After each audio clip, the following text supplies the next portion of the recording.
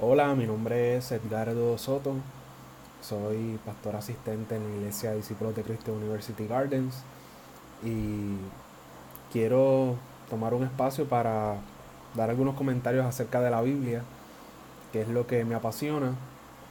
He estado leyendo la historia de José en el libro de Génesis y ahí me he encontrado muchos detalles interesantes, muchas cosas que sabía y otras que nunca había visto, así que creo que podemos tener una conversación fructífera y buena por unos breves minutos.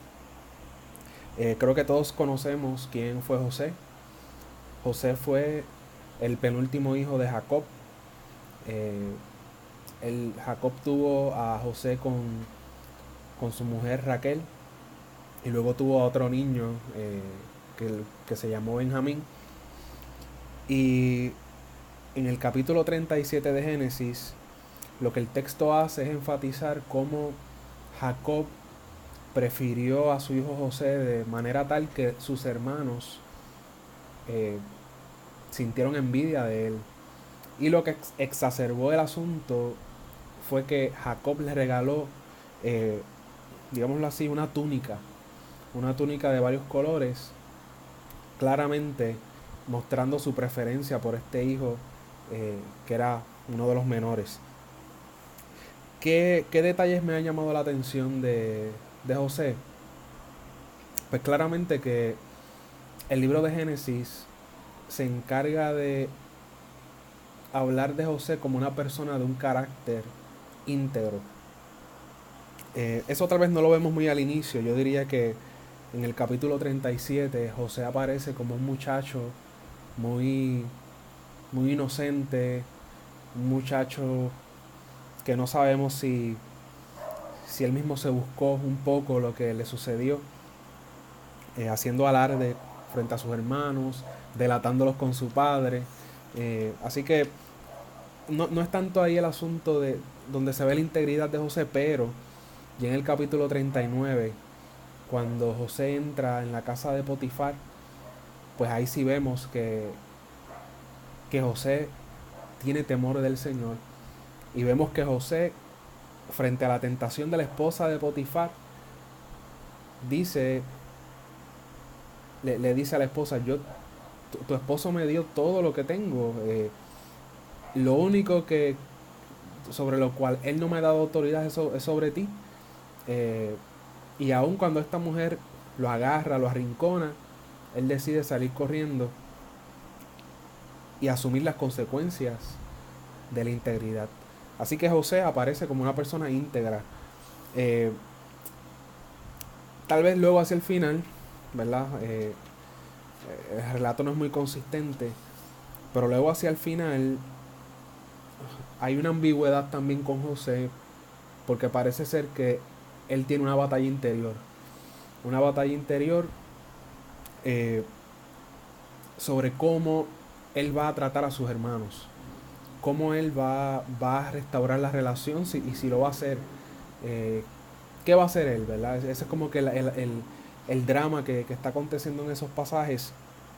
Eh, pero en general, José es una persona que también en su labor como gobernador de Egipto hizo las cosas bien, eh, siguió la pauta que el Señor le trazó en el sueño del faraón, recolectó la comida que era necesaria para los años de escasez que iban a venir y, y proveyó para el pueblo de Egipto y para las naciones vecinas también. Así que José en ese sentido es una figura ejemplar. Ahora bien, ¿qué otros detalles aparecen en estos relatos que vale la pena mencionar? Uno de ellos yo creo que es la presencia de Dios en la vida de José. En primer lugar vemos que él tiene unos sueños que claramente él no controla, unos sueños que él no puede originar. Y esos sueños son los que empiezan a mover la rueda, ¿no? La rueda de la historia. Eh, de alguna forma, en el capítulo 40 nos damos cuenta que José puede interpretar sueños, que eso es otro asunto, eso el texto no nos había dado indicios. Cuando van a él el copero y el panadero, cuando se encuentra José en la cárcel, eh, y le cuentan sus sueños, José les dice: ¿acaso no es Dios quien da la interpretación? ¿Por qué no me cuentan lo que soñaron? Y de momento el pasaje nos abre esta puerta nueva, nos abre una puerta a este asunto nuevo que no habíamos conocido antes, que es el de la interpretación de los sueños. Y ahí vemos también la presencia de Dios, porque José reconoce que es Dios el que da la interpretación, pero Él es el medio de Dios para que esa interpretación se dé a conocer. Luego también, claramente, cuando José en el capítulo 41 interpreta el sueño del faraón, ahí también vemos la presencia de Dios. Otro detalle interesante es en los capítulos 39 y 40, como por ejemplo cuando José está en la casa de Potifar, su casa, sus pertenencias, todo lo que él tenía, es bendecido por José. Y es algo que se reconoce. Por ejemplo, en el versículo 5 del capítulo 39 dice lo siguiente: por causa de José el Señor bendijo la casa del egipcio Potifar a partir del momento en que puso a José a cargo de su casa y de todos sus bienes. La bendición del Señor se extendió sobre todo lo que tenía el egipcio, tanto en la casa como en el campo. Por esto Potifar dejó todo a cargo de José y tan solo se preocupaba por lo que tenía que comer. Fíjense para allá. Hay un reconocimiento explícito de la presencia de Dios en la vida de José. Y luego, cuando la esposa de Potifar lo tienta y hace que su vida dé un giro de 180 grados y él termina en la cárcel, el texto es muy enfático. En el versículo 21 del mismo capítulo 39, de que el Señor estaba con José y no dejó de mostrarle su amor. Y que por eso hizo que se ganara la confianza del guardia de la cárcel, quien también le delegó la responsabilidad de todo lo que pasaba allí.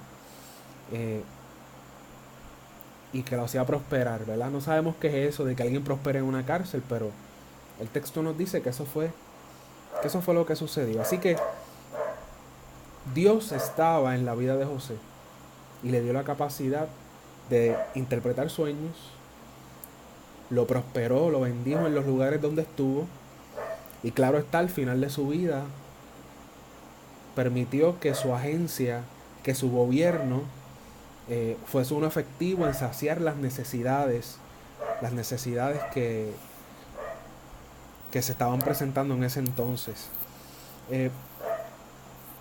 Voy a dar un detalle más que me pareció muy interesante, y es un detalle que tal vez no se nota mucho cuando uno lee el libro de Génesis y el libro de Éxodo uno detrás del otro. Y déjame buscar dónde se encuentra. Y son unos detalles pequeñitos, pero que a mí me llamaron mucho la atención. Y se mencionan cuando los hermanos de José llegan a Egipto. Y en un momento, en el capítulo 43, José invita a sus hermanos a su casa, ¿no? A comer. Y en el versículo 32 dice lo siguiente: que a José le sirvieron en un sector, a los hermanos en otro, y en otro más a los egipcios que comían con José. Los egipcios no comían con los hebreos, porque para los habitantes de Egipto era una abominación. Interesantísimo. Y voy a dar un detalle más que va en esa misma línea. En el capítulo 46, ya Jacob y sus hermanos han llegado a Egipto,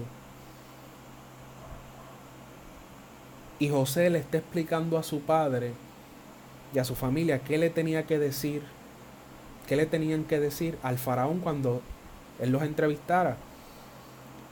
Y José les dice, miren, yo les voy a decir que ustedes son pastores que cuidan ganado y que han traído sus ovejas y sus vacas y todo cuanto tenían. Por eso cuando el faraón los llame y les pregunte a qué se dedican, díganle que siempre se han ocupado de cuidar ganado, al igual que sus antepasados.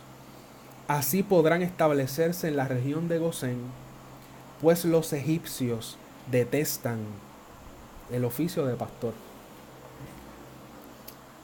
Son dos detalles muy pequeños, pero fíjense que por un lado encontramos que los hebreos, comer con los hebreos para los egipcios era una abominación. Y luego conocemos que la profesión de los hebreos era la de pastor y que los egipcios detestaban esta profesión. Y yo noto entonces que lo que sucede en el Éxodo, en el libro de Éxodo, al inicio, cuando José muere y este faraón nuevo llega al poder,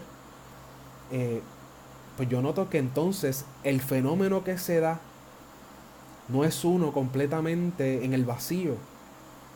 No se trató de que de momento se surgió este prejuicio, sino que parece ser, según lo que yo puedo intuir de lo que leí, ya había un prejuicio existente.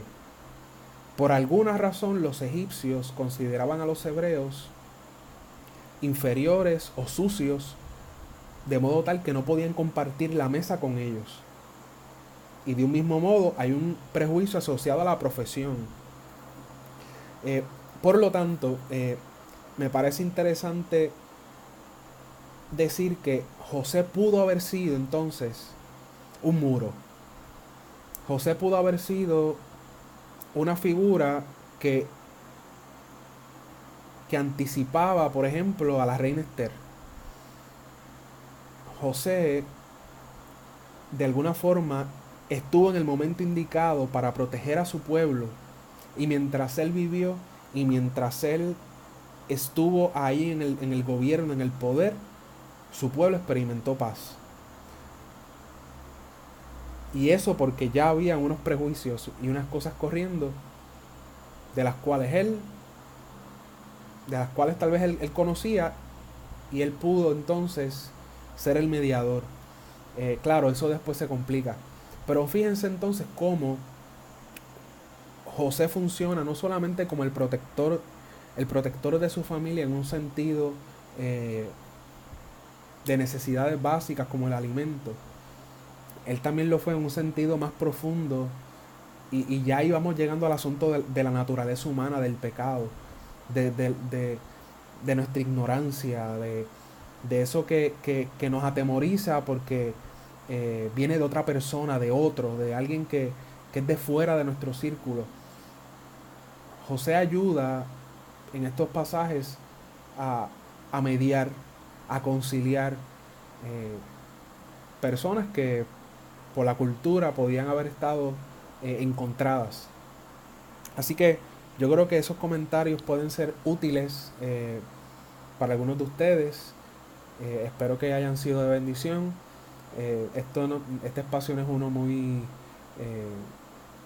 llamativo. Esto es sencillamente un comentario de la escritura, de algunos datos que me han llamado la atención, y espero que les guste. Si les gusta, pues dele like y suscríbase al canal. Un abrazo fuerte, muchas bendiciones.